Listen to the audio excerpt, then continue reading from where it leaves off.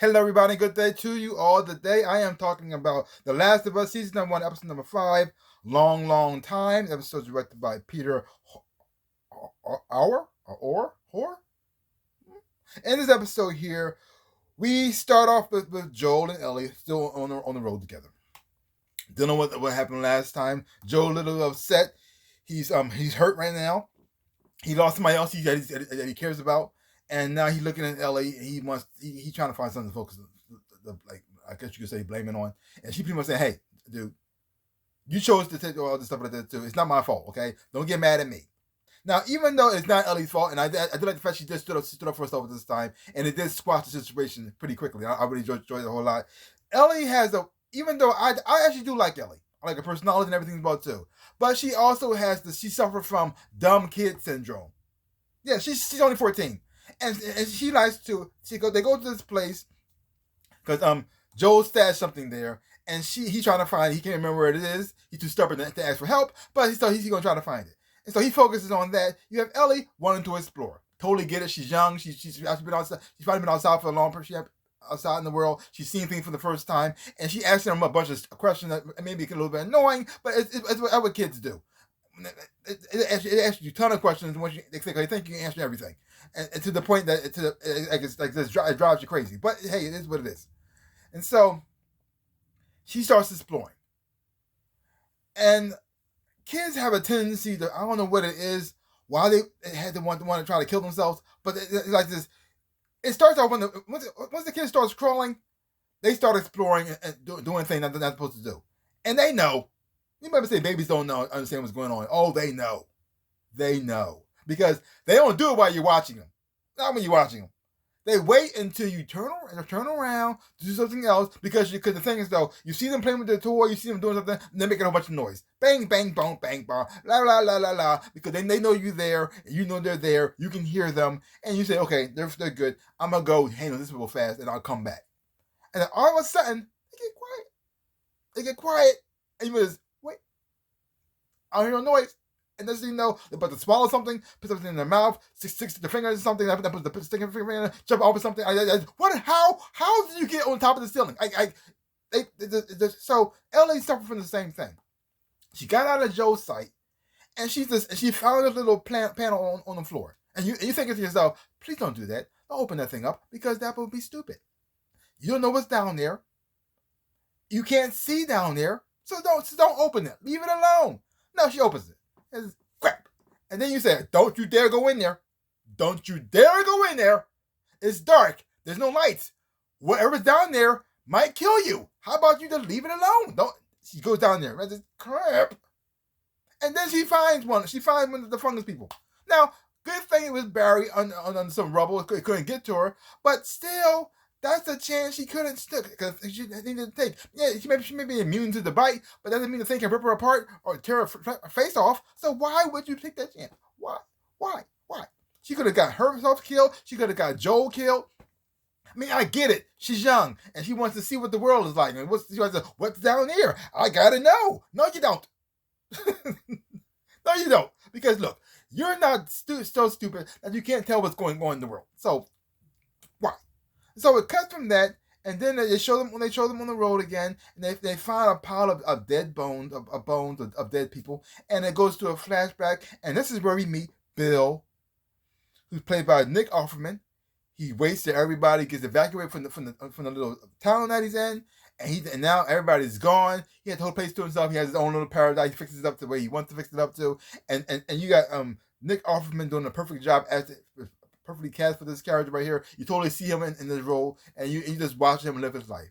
And then one day he meets Frank, who's played by Murray Bartlett, and you watch their relationship, how it began, how it in the middle, and how it ends in here too. This was the most beautiful, heartbreaking story I've ever seen in my life, because it's not very long. It's not because it is the whole episode. It is the whole show. You mostly focuses on them, but you get all their life in here, how they met, how they how you see in the middle of the story how they pretty much wants to make friends and stuff. Because you got Bill, who wants to stay isolated, stay between them because he knows what's out there. And he said, no, we got to do this, blah, blah, blah. And then you got Frank. He's more open. He's like, he loves people. He likes to be around people. And even though we're in the midst of like a apocalypse, he still believes that we can still have connections. We can still have friends. We can still open up to other people. We can still have more to life than just us. And other people out there who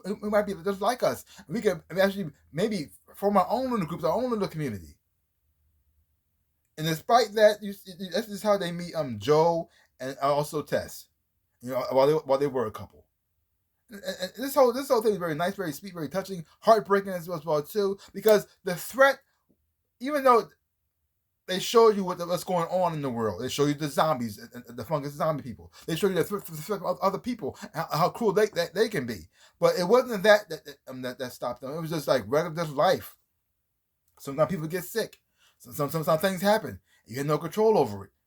But even though going through this hardship, it was still very beautiful at the same time as well. And also it's still laughter as well too. And when you see how things ends, it's so heartbreaking because it feels so real too. That this is so messed up, and your heart goes out to both of them. And you want them to succeed. You want them to make this. So you want them to have that little paradise in this world, and they did. They had that little moment. But then things come to an end.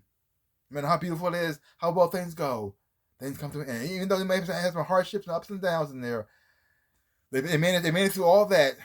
Just for this, it was heartbreaking thing ever.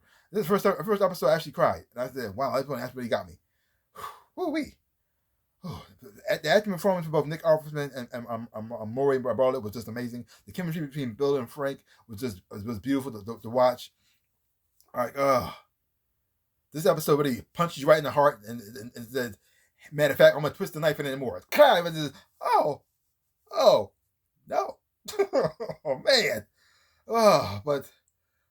my goodness, but it also hits you even more because you have Joe when he finally gets his letter from Bill, and he mentioned Tess in here too, and now you got Joe dealing with the fact that everybody who he cares about dies, and he couldn't save his daughter, he couldn't save Tess, and so now he has Ellie, who he barely likes, but at the same time, he's trying his best to make sure she doesn't die too, and the burden of that, and then this letter also kind of gave him like a little bit of, I guess you could say, hope a little bit too, and a little bit of a purpose. So I hope, let's see how this is going to change the relationship he has with Ellie. Would it cause him to bond more? And also, Ellie got a gun now, so that's going to hold up the situation now too. So let's see where that goes. But overall, great episode, very well acted. The special effects and the makeup artists do an amazing job. They are amazing. The way the thing shot, the sets and stuff like that too, and the backdrop like that, it's just beautiful. Even though it's horrible, but at the same time, it's also very beautiful at the same time as well too. Like throughout the chaos and all the tragedy, there's still beauty in it as well. So great episode. So leave your comments down below. Let me know what you thought of this episode of The Last of Us. If you haven't watched it, check it out for yourself. Hopefully you watch it, you enjoy having watching it too. So give my channel a like, hit the thumbs up, and subscribe to my channel and share. I really do appreciate it. Also, links down below. Make sure my social media, you want to follow me there. And also too much joy, but I still think my shirts and socks and also whatnot down below. See some stuff, buy some stuff. I really would appreciate it. Help me out a whole lot. Like my shirt right here. This is my I Am the NinjaRabbit shirt. I have others as well.